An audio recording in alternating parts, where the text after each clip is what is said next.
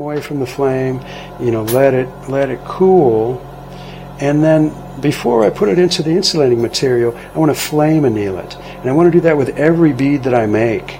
You know, it doesn't matter that you're putting them in the kiln later. It doesn't matter what else is going on. The last thing that I want to do is I want to work high in the flame, right? And I want to heat the exterior of the bead. And I'm not changing the shape, but I want it to get nice and warm across the surface. It's like a singular color. Now I want to do the edge, and now I'm going to flip it over and do the other edge, and then across the body one more time. I can feel it loosening. It loosens, you know, as it does in the kiln during the annealing process, because that's just what happened. It was annealed, it was flame annealed, and the good thing about that is that now it's a singular temperature.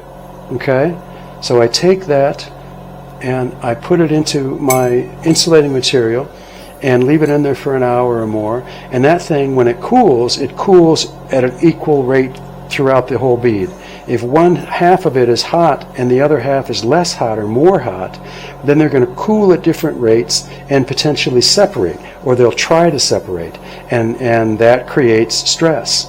So nobody wants unnecessary stress in their life. So flame annealing is a good thing. All right, that's it. See you next time.